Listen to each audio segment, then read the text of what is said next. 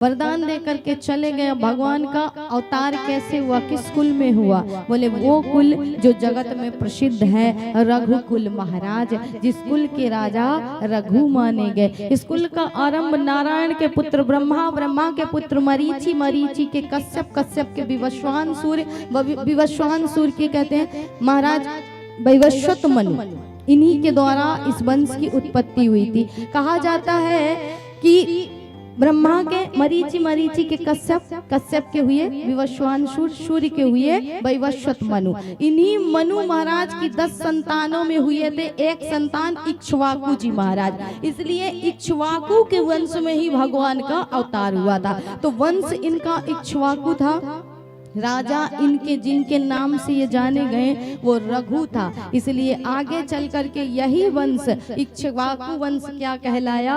बोले रघुकुल कहलाया। और रघुकुल में भगवान ने अवतार लिया। ये वही कुल है जहाँ पवन देवता भी रघु की मर्जी से चला करते थे। और रघु जब कहते थे कि हे पवन देवता, जब हमारे नगर की स्त्रियां कहीं जा रही हो ना और परिश्रमित होकर के मार्ग में यदि कहीं सो गई हो तो ऐसे मत चलना कि उनके वस्त्र उड़ जाए, उनकी लज्जा चली जाए। बोले महाराज ऐसे चलना कि लज्जा को ढकना, लज्जा को कभी खत्म ना करना, उड़ाना नहीं। कहते हैं उस समय पवन देवता भी जिनकी इच्छा से चलते थे वो वंश था रघुवंश। और रघु का कुल था महाराज। उसी रघुकुल के एक राजा हुए आगे चल करके दशरथ जी महाराज।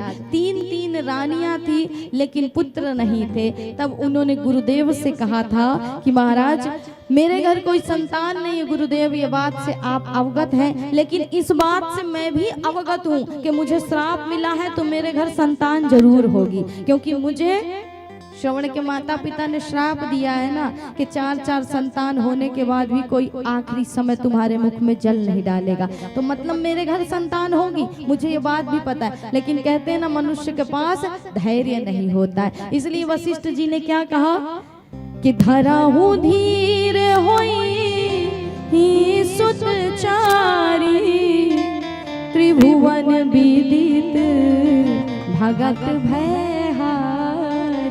भक्तों के भय को हरने वाले। और धीरज धरो राजन, तुम्हारे घर ईश्वर 4 रूपों में अवतार लेकर के आएगा और जल्द से जल्द तुम्हें दर्शन देगा। कहते हैं धीरज धरने से आप पार उतर जाते हैं महाराज। वही वशिष्ठ जी ने यज्ञ करवाया, पुत्र कामेष्ठी यज्ञ। पुत्र कामेष्ठी यज्ञ से दशरथ जी को सुंदर प्रसाद मिला। प्रसाद मिला तो कहते हैं, अब देखिए थोड़ा सा चर्चा करके बता दें आपको कि विज्ञान उस समय भी था, विज्ञान आज भी है।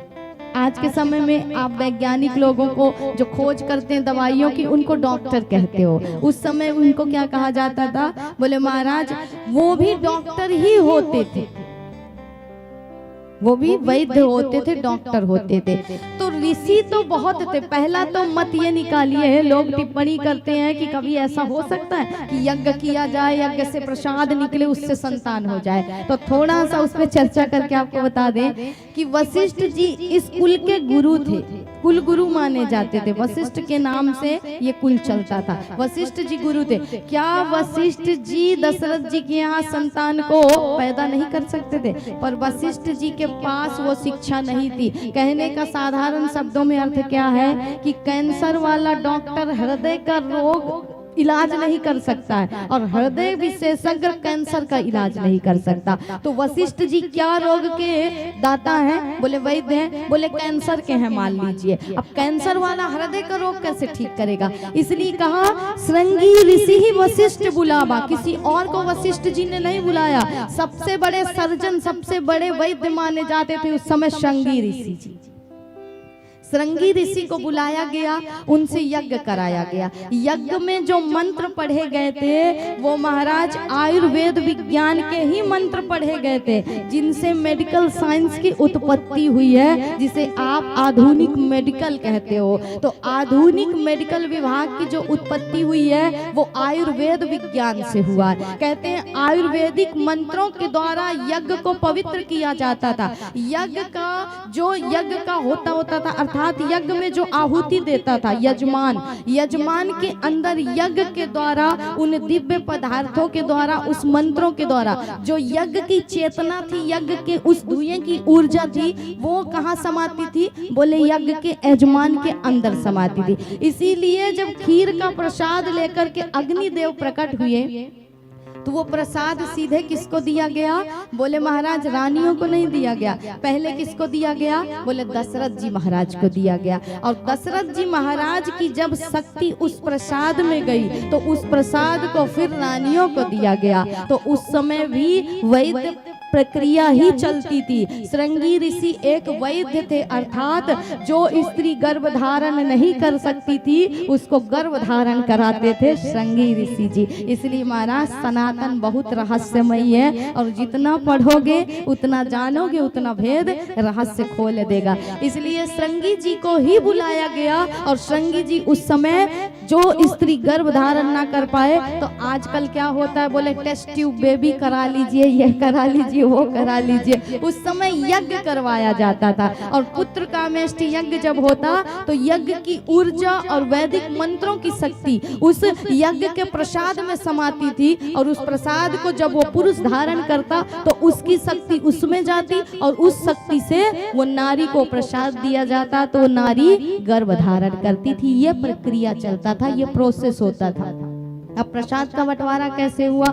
बोले 3 रानियां हैं, तीनों में समान बांट देना। तो पुत्र तो 3 होने चाहिए, 4 कैसे हो गए? बोले इसमें भी रहस्य है। कहते हैं प्रसाद का आधा भाग कौशल्या को दिया गया, आधे का आधा भाग करके चौथा हिस्सा किसको दिया गया? कैकेयी को।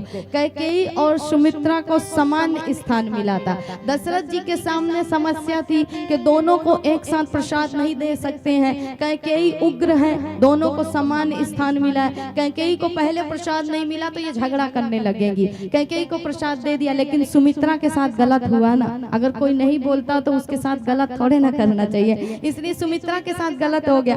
तो दशरथ जी ने युक्ति निकाली और क्या किया? बोले चौथे हिस्से का जो प्रसाद बचा था उसको 2 भाग किए, एक भाग कौशल्या को, एक भाग कैकेयी को दिया, और कहा तुम जाकर के सुमित्रा का सम्मान करो। अब सुमित्रा को 2 भाग प्रसाद के मिले, इसलिए सुमित्रा ने 2 संतानों को जन्म दिया, और कौशल्या और कैकेयी ने सिर्फ एक बालकों को जन्म दिया। प्रसाद रानियों ने पाया और कहते हैं तीनों रानियां आज गर्भ धारण करती हैं, बाहर नहीं निकलती, श्रीरंग में निवास करती, शिव जी की पूजा करती हैं, बालकों में दिव्य संस्कार आए इसके लिए मोबाइल नहीं चलाती हैं। आजकल की माताएं मोबाइल बहुत चलाती हैं और मोबाइल में गंदी गंदी चीज देखती हैं, वही बच्चे के अंदर समा जाता है। इसलिए गर्भ में जब बच्चा आए तो राम कथा पढ़ लिया करो, गीता पढ़ लिया करो, भागवत पढ़ लिया करो। क्यों दुर्गति करा रही हो मैया अपनी भी और अपने बालकन की भी।